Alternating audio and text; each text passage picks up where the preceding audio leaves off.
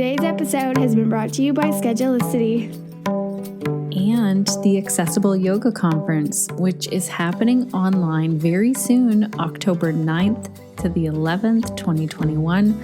I am absolutely thrilled to be hosting a panel that's focused all on building community. I get to do my favorite thing, ask experts a lot of questions so that we can all learn together and create really solid communities. To find out more or to register, you can either go to theconnectedyogateacher.com, look under trainings and events, or go to accessibleyoga.org/conference. Hello and welcome to the Connected Yoga Teacher podcast. If you're new here or a returning listener, I'm your host, Shannon Crow. I'm a Canadian living on Anishinaabeg, Odawa, and Mississauga land. If you want to check out what land you live on, I will include a link in our show notes. This is something I'm learning about. I plan to talk about more on the podcast, and I'm practicing. So if you want to check this out, go to native-land.ca.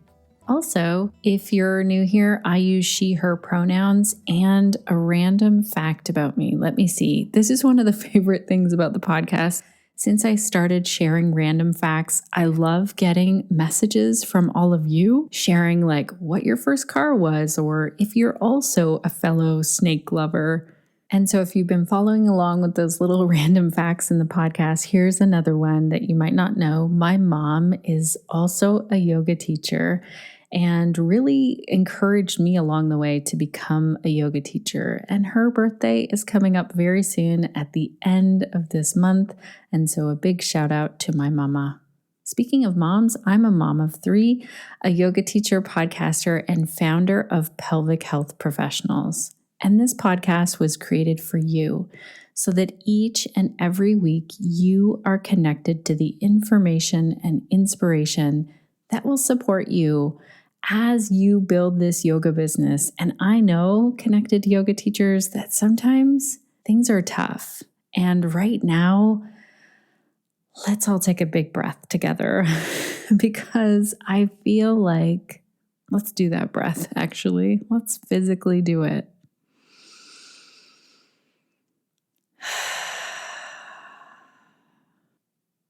There's been a lot happening in the world. And this is when it is super important for me that yoga teachers are getting the support they need so that they can support the yoga students in their communities.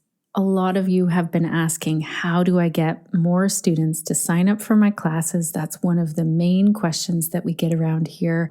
And I'm so excited that today we get to dive into one way that you might build your yoga student roster or your email list, or a Facebook group. And I'm really excited also about our guest, Amanda McKinney, who is a very dear friend of mine, one of my best business friends, a marketing coach who's really passionate about helping yoga teachers become confident, especially when it comes to marketing. Amanda has a podcast. It's called Marketing Yoga with Confidence. If you're not already listening to that and you want some help with marketing, I highly recommend you listen to her podcast. She studied marketing in university, got a master's degree, and then jumped into the corporate world and slowly over time realized that her real passion was helping yoga teachers. Amanda actually went through for a yoga teacher to really figure out how yoga teachers feel and think and what it'd be like to take a 200-hour training.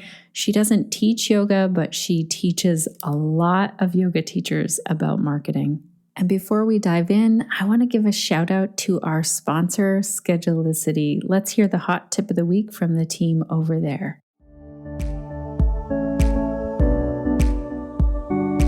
Hello, Connected Yoga teachers. This is Allison with the Schedulicity Hot Tip of the Week. Feng shui your yoga space by getting rid of appointment books, messy calendars, and stacks of sign-in sheets. Keep your business energy flowing with the new advanced marketing option. So, Shannon, Blake asked you what you'd like to automate, and you said everything. We agree.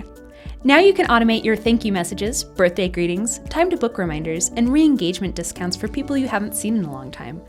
Set and forget your preferences and stay even more connected with your clients. You can also promote your services and products at the time of online booking to add even more value to your clients' visits. If you're looking to attract more prosperity in your business life, add some elements of wood and water and check out advanced marketing. Thank you so much, Team Schedulicity. Also, Schedulicity has a coupon code. If you're already using them as your scheduling software, or if you're thinking about trying it out, make sure to use the coupon code CYT2months for 2 months of free access. So that C is in connected, Y is in yoga, T is in teacher, the number 2, and then months all written out. We'll make sure to also put this in our show notes in case you're on the go as you're listening. All of the show notes for today's episode, including a full list of the 10 steps that Amanda's going to go through, are in our show notes at theconnectedyogateacher.com/238. I love it when I can bring discounts and coupon codes to all of you connected yoga teachers. And today's episode with Amanda has some as well in our show notes. So make sure to check the notes out for all of the steps written out so you can see them.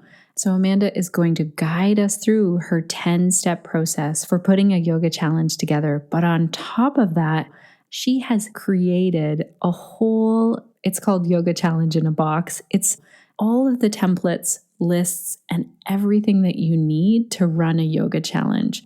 So if you have a listen today and you feel like, yes, I'm going to DIY this, I'm going to figure it out on my own, we've got all of the resources there for you. And then if you think, you know what, I deserve some help with this, I want to see how someone who's run challenge after challenge does this, then we'll link to a discount for all of you in our show notes.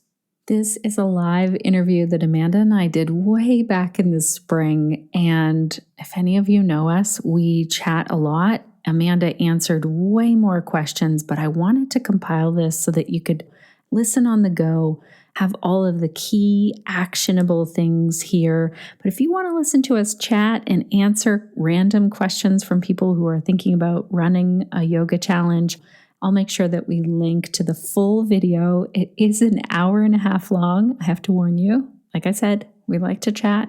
We like to help yoga teachers. We like to answer questions. And here today, you're going to get the condensed version of that, where it's really all of the steps explained for you for the next time that you run a yoga challenge. So let's dive in, learn what a yoga challenge is, learn all of the steps to putting it together successfully, and learn how this can help you to grow your yoga business. Welcome, Amanda. How are you today? I am doing great. Thank you for having me. I'm super excited to be here. How are you today? I'm good. I feel like I'm really fixated on watching these 2 eagles in California because they're about to hatch their babies. How have you not sent me this link yet? I know. I've been checking them every day for about a month, and my family is like, oh my gosh, my cats are even used to the eagle sounds. I'll send it. I'll post it in the comments so that everyone can check on Jackie and Shadow. That's their name. Oh my gosh, you know their names. This is so funny. How have we not talked about this in a month? Like you have not mentioned this. Okay, let's dive in and let's start talking about yoga challenges. So tell us, because you've put together a whole system for yoga teachers. So tell us why or when would we use a yoga challenge? Mm-hmm. So I think it's really great to just start the conversation with like, what the heck is a challenge? And like you said, like, why would I even want to do that? So just in case someone doesn't know my name, I'm Amanda McKinney, and I help yoga teachers with marketing. And I help you find the tools that work for you and the confidence within yourself to actually build the thriving yoga business that you want to build. And so lately, over probably the last 6 months or so, I feel like I've talked about challenges a lot because a lot of people in my world of helping yoga teachers were coming to me saying, how can I run a challenge? Like, what can I do to do this? And so I started getting those questions. And so you said, I built basically a system that walks you through it and helps you through the whole process. But you can totally do this. But I think first it's like, well, what is it and why?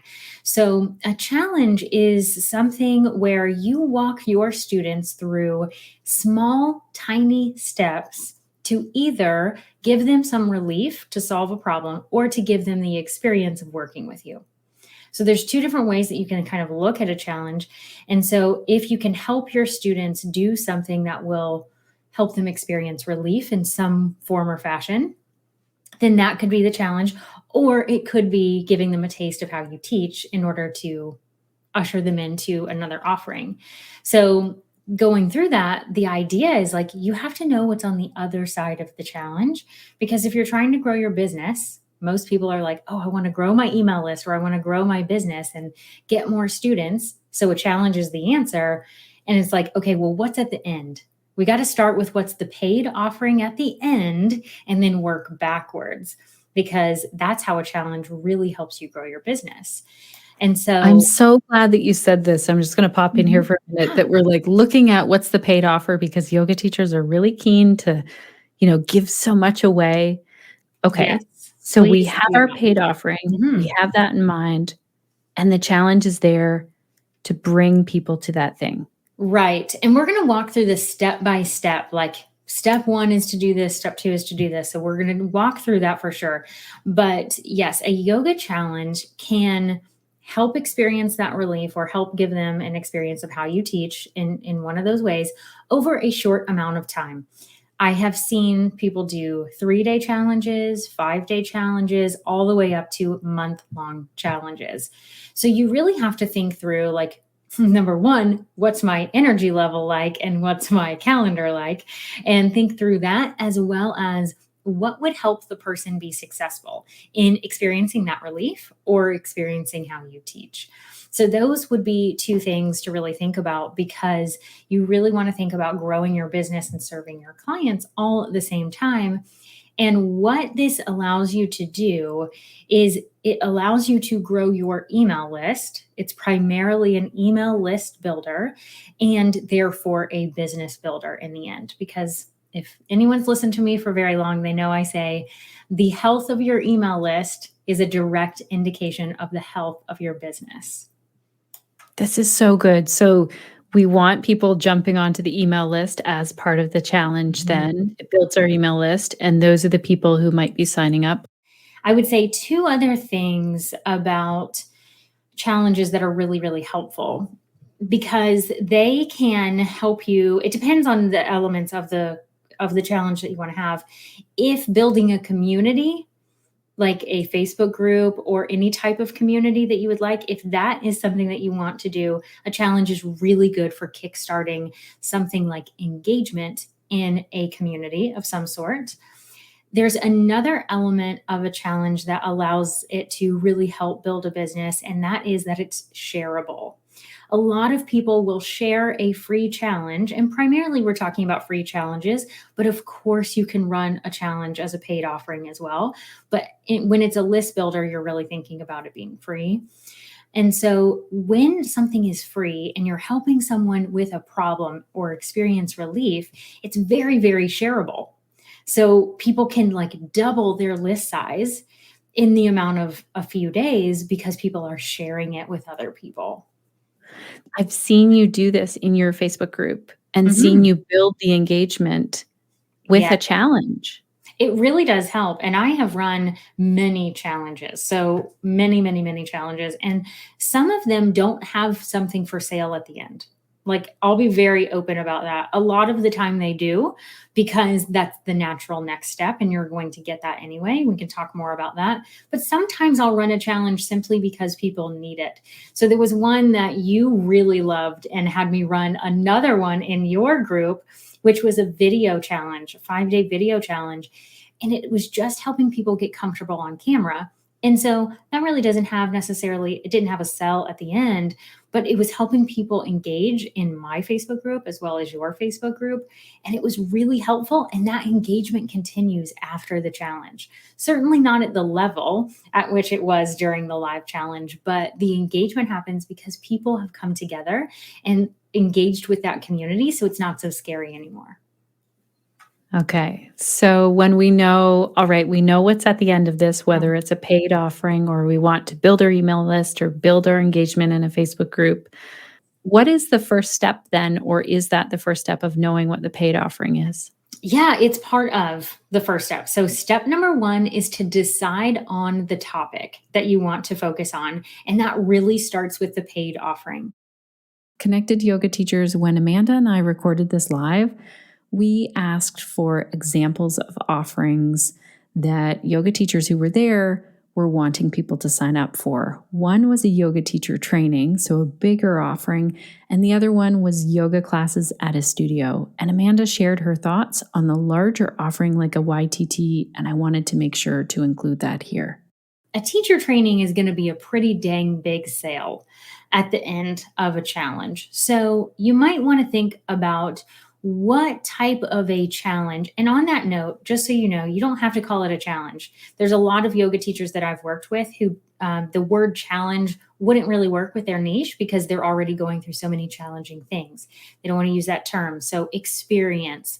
There's tons of words that you can choose, but the idea is that it's a day by day idea of like you help someone through a certain amount of steps over the course of a certain amount of days. That's what a challenge is. So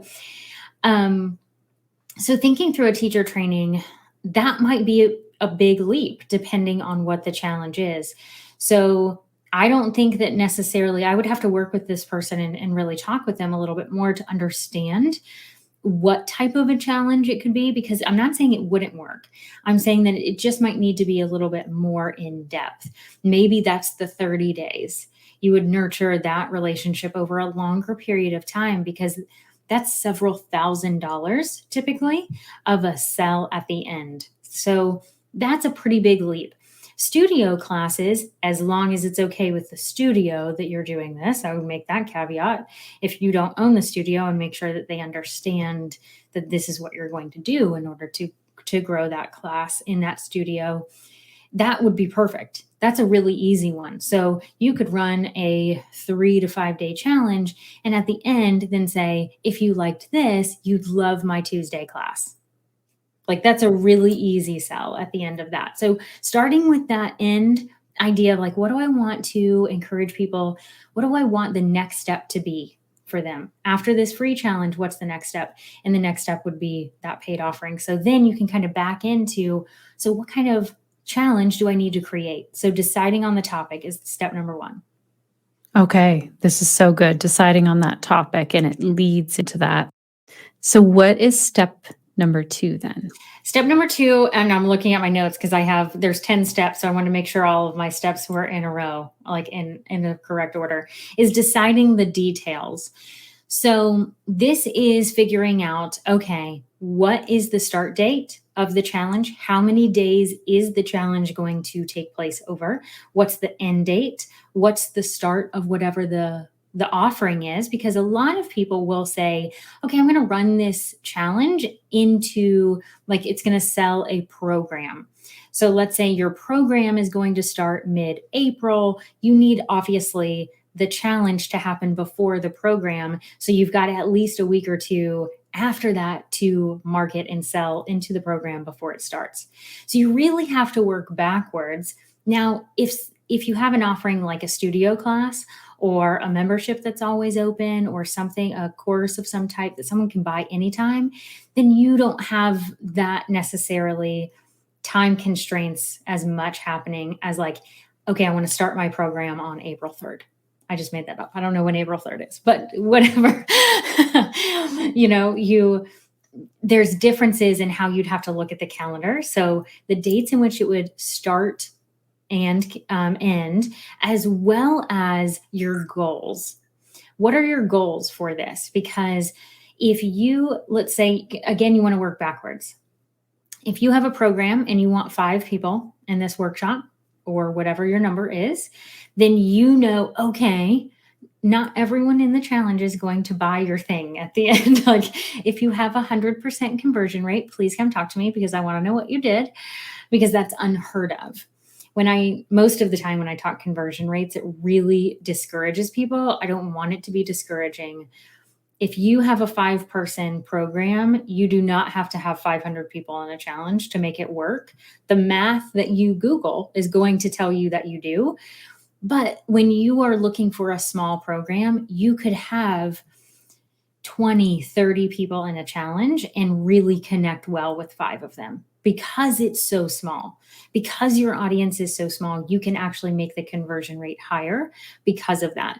Now, if you're trying to get someone into a teacher training, right? Like that's going to be a bigger investment of money. You have to really think through that. What's the number? If it's to funnel people into your membership and that's a lower price point, then, how many people do you want to get in during this time? So really setting your goals. And I like to set good, better, and best goals. And I know you do the same thing. I do because of talking with you. That's why I do that. And I heard you on your Instagram story this week saying to someone who asked a question about marketing, how the question was like, how do I get more people to sign up? And you were like, how many people do you want? And this is so key. Like, I feel like we always can lose sight of setting that goal of how many people we actually need to get paid. And it's otherwise, really easy to forget to do that. And when we forget, because it's easy, our brain, mine included, yours included, tells us more. We need more than what we actually need. And I use the term, like when I said 5, the reason that I said, do you need 5 people in your workshop or whatever? Because most of the time when I'm working with a yoga teacher, they want to have a workshop and we figure out, oh, you need 5 to 8 people. Like that's really what you need in order to like make the hourly rate that you want to earn over that time for that workshop. And most of the time they say, oh, I thought I was going to have to need like 20 people in there. And I'm like, no, it's 5 or 8. Like, I hope you get more. Let's get you more people. But in reality, it's not that many people that we actually need in order to make the money that we really want to make. Show people how they can set up a restorative pose, 1 per day. So that will be 3 poses in the challenge, 1 per day with couch cushions, with things in their house. Don't pretend they have a bolster. People don't have bolsters until they're actively in yoga. Like they're actually doing these things. Like very rarely do people have bolsters, but they do have blankets. They do have pillows. They do have couch cushions usually. So say, this is how you could do this with what you have at home. And that could be the challenge.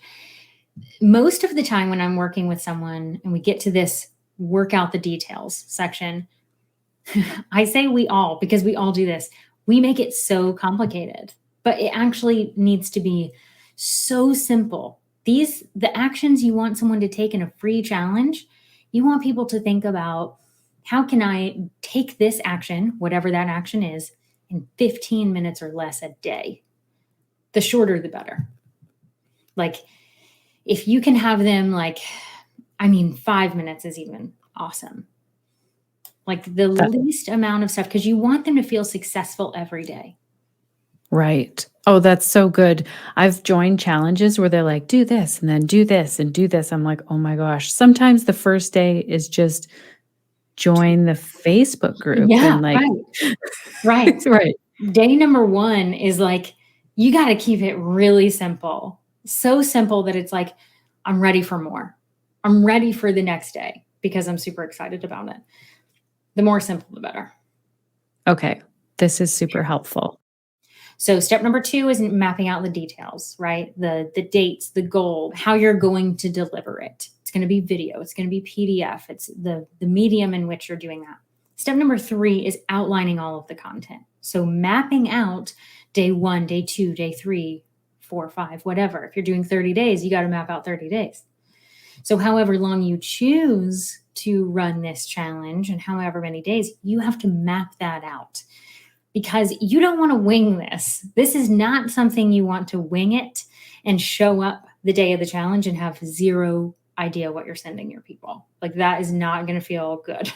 I can promise you that for sure. You don't have to be the planner I am, but I can tell you the wheels will fall off the bus if you try to wing it. This is good because I've seen some yoga challenges and their photos, and I'm sure all of those photos are taken ahead of time. Everything's ready to go. You've got all of that content outlined. I'm guessing that you're not meaning like everything you're going to say, like a full script, just the idea of what you're Yeah, delivering. just outline. So, like, if someone wanted to do that restorative challenge of like, I'm going to show you 3 different poses you can do at home with the stuff you have, it would be like, what pose? Identify exactly what pose that you would share with them. And if you know right off the top of your head, like, because you're right there, like either writing it in your journal, in a Google Doc or whatever, you'd write the pose name, and you could write like couch cushion, like the props they would need or something, like anything that could like jog your memory, because you're going to create all of the content. So the more you put into the outline, like the more, like if it's just there sitting in your mind, like, oh, I could do this and I could say this, like go ahead and write it if it's in your brain, because it's going to serve you later when you do have to make the content. So if it's there, go for it. But overall, you want to know, on this day, I'm going to talk about this thing. And what action am I asking them to take? Usually, Okay. do this one time today or whatever. Okay, so there's an action with each day. So we outline basically the content, and like you said, with the restorative, maybe those props, writing that down, and then the action that they're doing for that day. Mhm. That's Yes. good. That keeps them winning. Like, unless they're Yes. implementing something or doing some type of action, they're really just watching a video otherwise. Right. And that's great, but not really helpful for them. You want them Right. to experience that relief. So if you're helping someone with back pain, show them how to get that relief. Show them one thing they can do one time a day or 3 times a day or whatever it is, like super, super, super, super simple. This is one thing you can do. Get up from your desk. Get up from your desk 3 times today, please. Like, I mean, it can be as that simple. The more simple it can be, the better, is the best I can say there. Okay. That's so good. Okay, so we Yes. outline all of the content. What's the next Yes. step? So step number 4 is to create your pre-challenge to-do list. Now, like a lot of people are not like me, and I very much enjoy a to-do list so I can check things off of it. Like, I recognize that is my personality and not everyone's. However, I work with a lot of yoga teachers who, some are sitting with me that like list and some cannot stand it. I can tell you that for both parties, to-do list for a challenge works. So take that for what it's worth. I would make a list of every single possible thing you need to do to make this successful. So like before day 1 of the challenge, what has to be done? Now, I've created this list. So in my system that you've alluded to, like, I've created this list for you. But a lot of the things, I can't remember everything on the checklist, but I can tell you, you would want to map out your content. You'd want to create any of the content that you're actually going to send to them. So if you will be recording a video, you need to write that down and know when the heck you're going to film it, when the heck you're going to edit it, if it needs to be edited, and when you're going to upload it to YouTube, like where are you putting it? You need to know all of these details, because otherwise you're going to record a video and be like, dang it, I have to edit this and I have to upload it. Oh my gosh, today's the challenge. Like, this is the train wreck that can happen. However, you don't have to deliver anything by video if that's not your jam, if that's not what you want to do. But you'll have to create the PDF. You're going to have to write the emails. You're going to have to take pictures. Whatever your medium is of how you're delivering this content, you will have to create something for these people to help them through this challenge. So that's all of that you want to write down. You're going to have a sign up page, or else people can't sign up for the challenge, right? You can't market the challenge if there's not a sign up page. So you've got to create that. I laugh and you laugh because we know that it's easy to forget these things. Like, I have literally thought about something, created a product, all of the things, and thought, dang it, I don't even have a sales page on my website yet. It's easy to forget these things. So making a list of all the things that have to be done before you can actually have the challenge is super important. I'm so glad that you've created this list for people. I know you put this together. You're like, okay, because you just kept getting asked for it. Yoga Mhm. teachers just kept saying, I want to do a challenge. Like, what are all of the pieces? And you Right. put together, it's called Yoga Challenge in a Box if Okay. yogis haven't heard of it yet. And you have a discount for our Yes. listeners. Connected Yoga teachers, I want to tell you about this discount code. I will make sure that I share a link in the show notes for sure. Use the link there and it will automatically apply a 10% discount. And I want to tell you that I just talked to Amanda yesterday and she gave us a discount for not only Yoga Challenge in a Box, but also her Thrive membership and her course, her online course. So I'll make sure to link to all of those in case you're checking them out. And if you use the direct link from our show notes or our website to Amanda's offerings, you get a discount and we also get an affiliate payment. And that really just helps us to continue with the podcast, helps us to be supported so that we can continue to offer this amazing content for you and ask for discounts for you. Okay, so Mhm. that's up to step 4. What is step Yes. 5? So step 5 is to write your during the challenge to-do list. This is something that all of us can forget, myself very much included. And so I'll tell you that my goal whenever I am running a challenge, this is just my goal. You do not have to operate like this. My goal when I run a challenge is my only job is to show up live every day. So if I have a live component, which I usually do because I very much enjoy that, and I find that the engagement is super, super high. When I show up live, whether it's in a Facebook group, on Instagram, wherever it is, when I show up live, it works better. The challenge overall is better. There's more engagement. And so I make it to where I don't have to do anything else. Like there is no task. So specifically what this looks like is that on my pre-challenge to-do list, I write every single email. Every single thing that's recorded is already done and in the queue. Everything is uploaded. Everything is done. Every email is scheduled in my email system. A lot of people do not operate like this. I need to tell I just need to say like a lot of people don't do this and they write their emails every single day. They release them every single day during the challenge. You do you, friends. But for me, that does not work because I show up live in a different manner than a lot of people would show up live, and I interact with people live, and my job is to show up, do whatever live component is part of the challenge, and answer questions because I ask for the engagement. And so if I'm asking for it, I need to return it. So I make my only job to show up every day. I've also seen you, even though you have everything scheduled out, I've seen you go in and sometimes tweak the wording if Oh, yeah. if things are changing. And I've seen how smoothly this works. And I've tried this on. I've been like, okay, I'm going to schedule everything out for this launch or this thing that I'm leading up to. It really does make a difference. And I think when you know, okay, the hardest thing I have to do today is hit go live Mhm. and then show up and reply to all of those comments, then it just makes it feel like such a different experience. This is It good. does. And the other part of the puzzle that it allows me to do is it allows me to deal with any technology issues that come up because they do. There's always something. And I can deal with that because I don't have to write that email. I don't have to write that social media post. I don't have to do anything else. All I really need to do is show up and deal with whatever is thrown at me that day.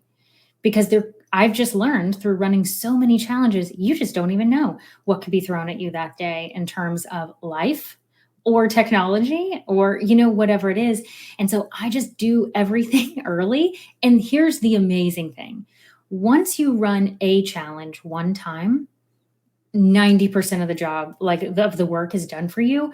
All you have to do, even if it's a different challenge, is use what you've already done and adapt it.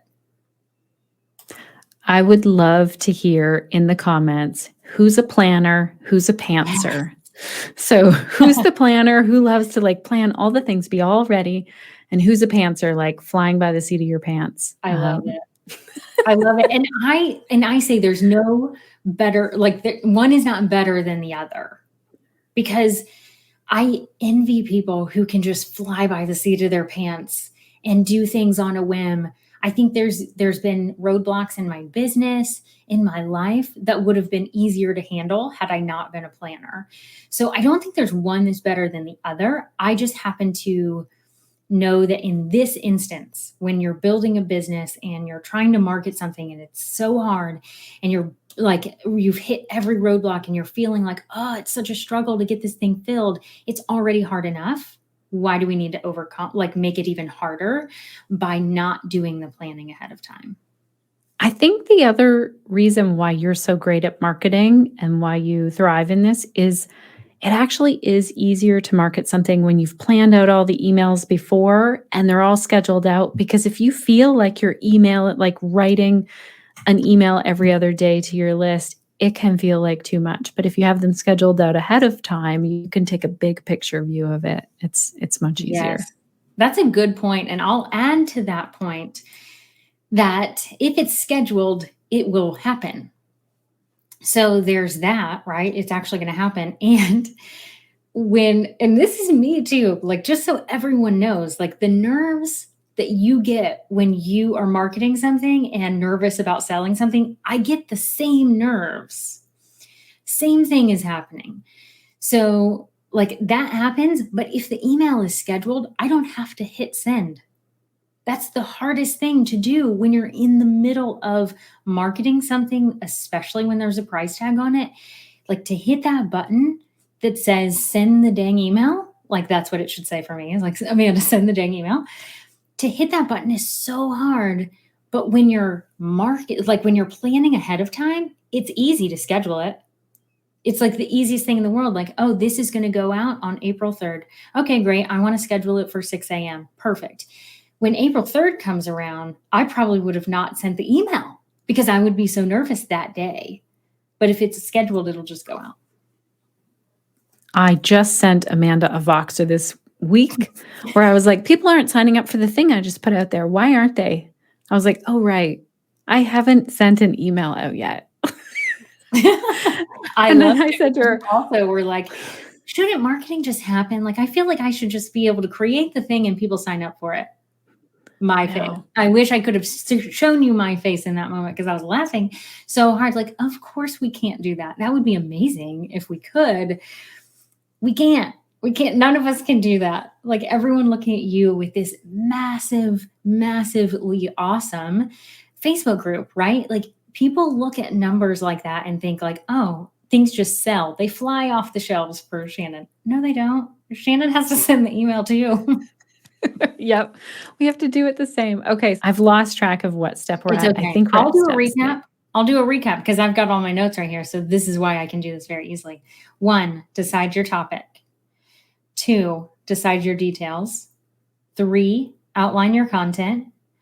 4, write your pre-challenge to-do list. 5, write your during challenge to-do list. So we've gotten halfway through. And really, you've made it over the hump. Like it's the pre-work that really can get a little fuzzy. So once you've gotten there, you're doing great. Number 6. So you've done all of the planning in terms of like, okay, this is when this is going to like, here's what I have to do. You've made the list. Number 6 is getting everything on the calendar. So not just like the start date, but yes, the start date, the end date, when your program is going to lead into or whatever. But more importantly, when are you doing all of these things? So this is where I'll answer your question. How many days should you market? I don't really like using the word should, but how many days do I suggest to market a challenge before it starts? And the answer is 7. 7 days. Because there's a weekend in there somewhere. So you might not be talking on the weekends if that's not your thing, or you take Mondays off or whatever. So 7 days usually gives you a solid 5 days for sure that you're talking about it. I would prefer you to talk about it for 7. And that is to get people signed up. It's free challenge, friends. This is your chance Every yoga teacher I work with is like, I want to give people things for free. This is it. So tell people about it every day. And I usually get questions about this. But Amanda, I only use Instagram. So should I really talk about my challenge every day on Instagram? Yes. Yes is the answer. And no one likes to hear that answer, but you could be really creative with this. If you're only on one social platform, which is awesome, by the way, I think it's absolutely fantastic. Yes, I want you to talk about it every day, but I want you to have fun with it and create and do different things every day. Don't just schedule a post to go on your grid or a post on Facebook and do the same thing every day and say the same thing. That would not work. But one day you could do Instagram Live. One day you could post. One day you could do a whole story answering questions about what's happening in the challenge. One day you could make a reel. I know you all don't want to try reels because you don't want to dance. You don't have to dance. You don't have to dance on reels. You can do whatever you want on reels. So think about how you can use one platform in different ways. So it's not the same thing every day, but you are talking about it every day.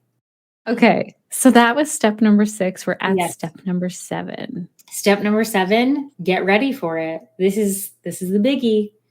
You got to do the work. You actually have to do the things on your calendar. So there's that. Planning is, I don't have a lot of pushback when it comes to planning. Like, oh, I'm going to make this plan. I'm going to write it down on a piece of paper. I'm going to put it in a Google Doc. I'm going to put it on my calendar with pretty Post-its and doing all these things.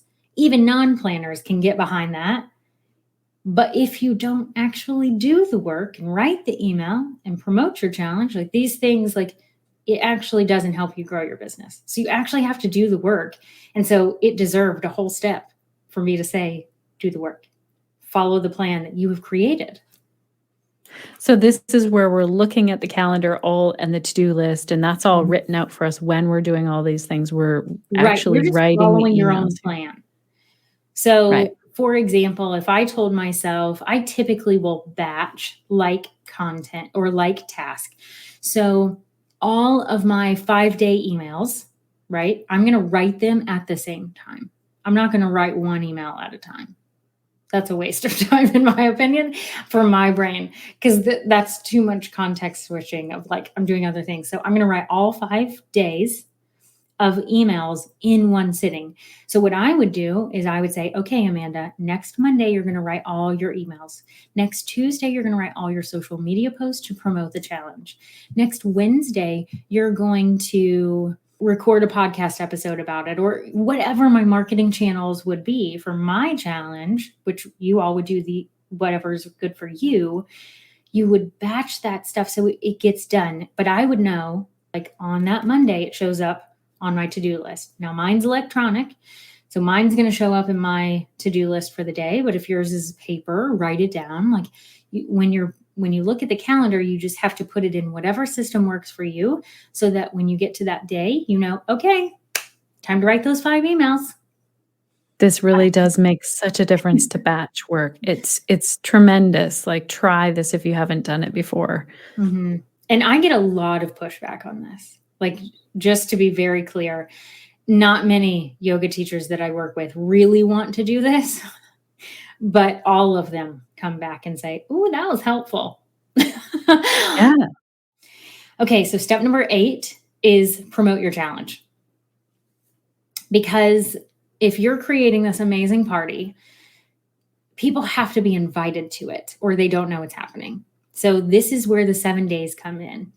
So for me, again, I really try. This is not always the case for me, but I try to actually have everything done before this week. So if I'm running a challenge in my ideal world, which again, this doesn't happen all the time, I try to have pretty much everything done for the challenge by the time I start marketing it, which means it's 7 days before the challenge starts. That allows me to show up for marketing purposes and promoting it, which is not as much as actually showing up live for the challenge. But what it allows me to do is have that space to where if something doesn't get done, right? I've got a week of a buffer that I can fit things in. So what it looks like for me sometimes, depending on what the offering is at the end, is during the week of promoting the challenge, I'm typically working on something related to the offering that's happening at the end of the challenge. Step number 8 is promoting the challenge. Big surprise here. Step number 9 is host your challenge. So as you can tell, there's a bulk of your work that happens up front that no one sees. The part that people see is step number 8, which is promoting. You're promoting your challenge. Step number 9 is hosting your challenge. And so that's why for me, like, I want to get all of that stuff done so that when people start to see the fruits of my labor, I'm showing up like fresh. I am fresh. I am live. Everything is planned. I can just tweak things. Like, that's where I need to be. And so I really plan ahead. And so everyone in my family knows that the week, like a week or two before something is opening, is actually like the time in which, like, I'm going to be working probably a little bit later. And I don't want to cook dinner. I really don't want to be in charge of food. So I pre-warn everyone in the house. I've seen you do this. You're like, we're going to get like a food subscription box for this time, or that's really smart to think about. Like, if we're going to be doing extra work, we're taking away from that time. That's good. Yeah. And I've learned, because I used to plan that week, like when I'm launching something, when the challenge is happening, that's really not the time where I'm the most busy. It's the pre-planning that I'm the most busy. I see this all the time. Connected yoga teachers, I want to tell you, Amanda does the challenge or the launch or whatever she's doing. And then that week she's like, I really don't have very much to do. It's amazing to see her do this. But the 2 weeks before, I'm like, there's so much. It's not really that bad. Like, I'm following my list, and I could spread it out over more time. But typically speaking, I can get a lot done in about a week's time. So I try and chunk it up. But when it's coming, like when it's like launch time of the challenge or the whatever, it really is like, I have so much time on my hand because I've taken everything else off my plate, because tech issues can always come up. Okay, that's super helpful. Are we at the last step now? We are. So you host the challenge. That's step 9. Step 10, this is a big one. You have to invite people to the paid offering. So that's a thing that can easily be forgotten. So you have to invite people to the thing that made you start the challenge at the beginning.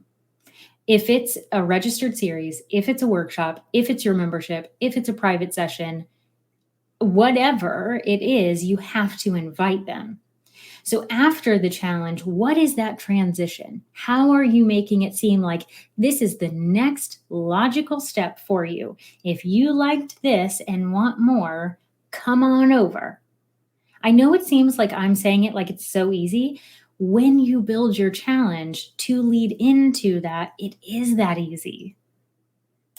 You and I have done a challenge where we actually talked about the offering at the beginning. Oh, yeah. But oftentimes people will leave it till the end. Do you want to talk about what you suggest? I think that that's a really great point. I'm glad you brought that up. It can be done either way. I am very much of the mindset of, if I'm selling anything at the end, I usually talk about it at the beginning.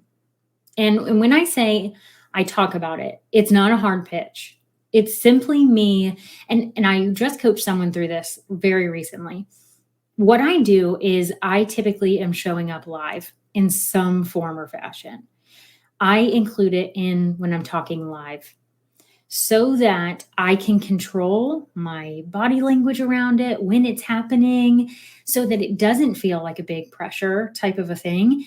And I just say, like, I talk more about this in the workshop, or I don't know what let's say it's a workshop. I talk more about this in an in-depth workshop, which you're going to get a special invitation to. But today I want you to focus on this. So I've said that, hey, I'm going to talk about this workshop on Friday when I tell you about it, but let's focus here today. Let's stay right here. I want you to experience this. And I might mention it every day. I might mention it every single day. I think that's what we did when we ran the challenge together, is we just had it as part of the conversation every day. Like, you're going to get a special invitation to this. There's no pressure to join. You can get enough from this challenge. But if you're looking for more, that's where you're going to get more.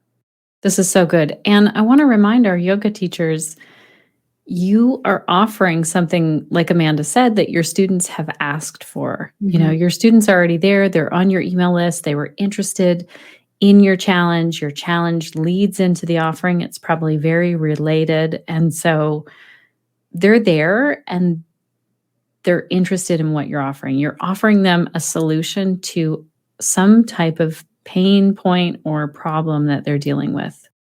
I want to be mindful of your time, Amanda, because I know that you and I can chat for a really long time. I feel like it's other people's time right now, because we could talk for the rest of the evening. But I do want to tell people, if you're thinking, okay, I actually want Amanda to have done all of the templates and the work, which is what I would suggest if you're looking at doing a challenge. And if you've never done one before, or if you're like, I did one, but I didn't have all of these steps, then I would go check it out. So you can go to theconnectedyogateacher.com/Amanda. Thank you for mentioning that. And I would say, so Yoga Challenge in a Box was meant to, you buy it and you can use this thing 100 times if you felt like it. It's going to serve you. You can come back to it. And there's a lot of templates in there that can help inform a lot of things. So I write social media post templates for you and email templates, and you can use those and think like, oh, okay, this can help when I'm selling this other thing or whatever. Like, you can take information from this and use it in different ways. But I have seen like incredible results from students, and it's super exciting to be able to say like hundreds of yoga teachers have used this, and that's pretty cool. That's really exciting. Can you tell us about the person? You have it on the sales page of the man. You're like, I don't even know this man, but he signed up and right away he wrote something like, I don't know the author. What did he say? So do you remember? It was really fun. I do remember, because it was like so impactful. And I reached out to him and just said, thank you so much for saying this. Like, what a sweet moment that was, because not everyone tells you when something is awesome. Like, if they think it's awful, they'll tell you, which is helpful, right? You get to learn a lot of things from the people that think it's awful. You'll usually know if they think it's bad. If people think it's good, like, how many times have we experienced something great and not told the person? Like, it's not abnormal. So I make sure to, like, anytime someone is like, this is amazing, I just am like, thank you so much for saying that, because I know that person had to take the time. So the interesting part was that I decided I'm going to say something, but I'm not encouraging anyone to go down this path. I have been working with yoga teachers for 2.5, 3 years, somewhere around there. I've learned a lot. This is down the road, but I ran Facebook ads to Yoga Challenge in a Box when it was on super discount, that whole thing. He bought from an ad. So that's why he had no connection to me whatsoever, had never learned, like, never heard my name before. Bought Yoga Challenge in a Box. He said, I've been looking at this in the wee hours of the morning or whatever. Like, he bought it on a whim, went through it, and said, I would have paid twice what this was. That's amazing. That's the thing that's hard to do, is like get in front of the people who don't know you. We talk a lot about building that know, like, and trust factor. And yeah, I was just so excited for you when that happened. And also because I know you were working very hard at running Facebook ads. If any of you are like, oh my gosh, I just need to learn more from Amanda, you can go to her website, amandamckinney.com, and check out everything there and find out about her marketing course, this Yoga Challenge in a Box, and also her membership. Connected Yoga Teachers, I want to make this really simple for you if you do want to get those 10% discounts for Amanda's 3 offerings. So we've created a page for you at theconnectedyogateacher.com/Amanda. You can sign up for any of her offerings there and get the discount. I want everyone here to know, like, Amanda and I are running businesses and making these decisions, and we're right here with you, or Mhm. we've learned along the way. And this is what I love, Amanda, is that you're ready to share this, that you were like, okay, I've run many challenges and now let's put it in a box Yes. and for all of you so that you can just open it up and say, okay, here Mhm. are the parts, and I'll plug my own business, make it mine, Yeah. and put it together. Yeah, Yeah. that's It's great. my favorite thing to do is to think about like, how can I help anyone else not have to learn the lesson I did, right? Like if I can help someone go through that, or like, I mean, because you're in the membership and you see people saying this, like people say, I'll stay in the membership forever because I can ask Amanda a question and then she'll go pay and learn about it. So, and it's true, I will. If my members ask me for something, it's like, okay, they're the people Yeah. that I'm going to make sure that I understand what they need, because helping yoga teachers build thriving businesses means that they're being supported and yoga can be experienced by more people. That is the ultimate goal, because I know how awesome yoga is and how amazing it is. And so I just thought, how can I help in my tiny little way? How can I help yoga teachers reach more people? And I'm so honored that I get to do that. Oh my goodness, connected yoga teachers. Thank you so much for listening in. I'm excited to hear if you are thinking about starting a yoga challenge. I wanted to make sure that this episode came out with enough time to get a challenge together before the beginning of the year, because we know that that's a big time when yoga students come back to class in January, when they really want to focus on their health and wellness again. So let us know if you are doing a yoga challenge. Tell us about it in the Facebook group. Also, tag Amanda and I if you have questions, or if you just want to shout it out that you're doing this yoga challenge. Maybe we can join you.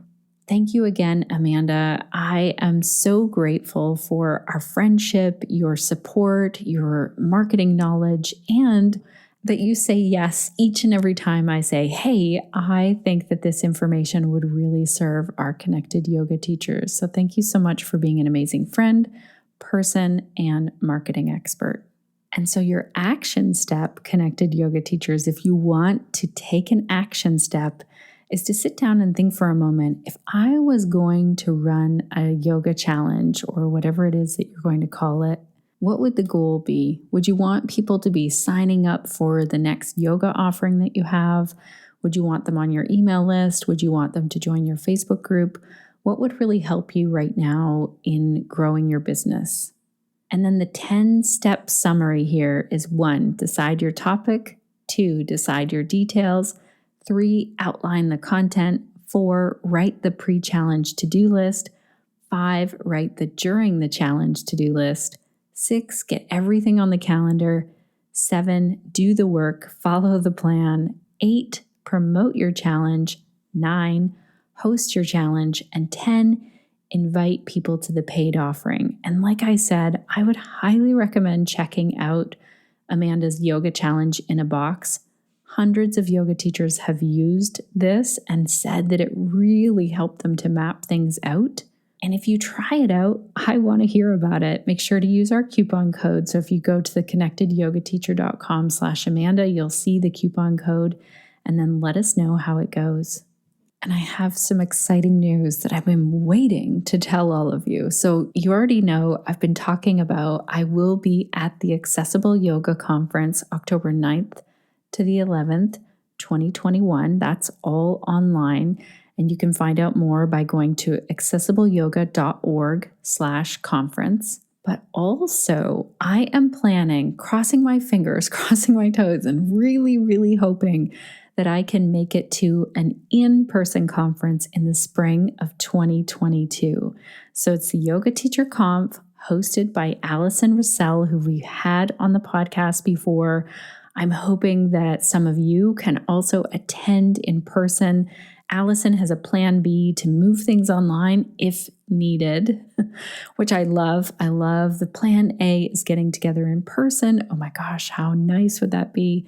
If you want to find out more, find out how to register, find out how to apply as a yoga teacher to present there, go to the yogateacherconf.com. I'll make sure that we also link to that in our show notes. And as I close out here today, I want to shout out to our entire team because they are doing so much behind the scenes here. Suzanne is editing the audio. Crunch writes our show notes and articles. Sinead is supporting our community. And Erica, our VA, is doing lots of admin work. And my biggest thank you goes out to you, dear listener. You're my favorite listener. Don't tell anyone else. I'm super curious also to know what will you be doing this week to stay connected to yourself, your yoga practice, and to your community so that you can share the yoga that lights you up.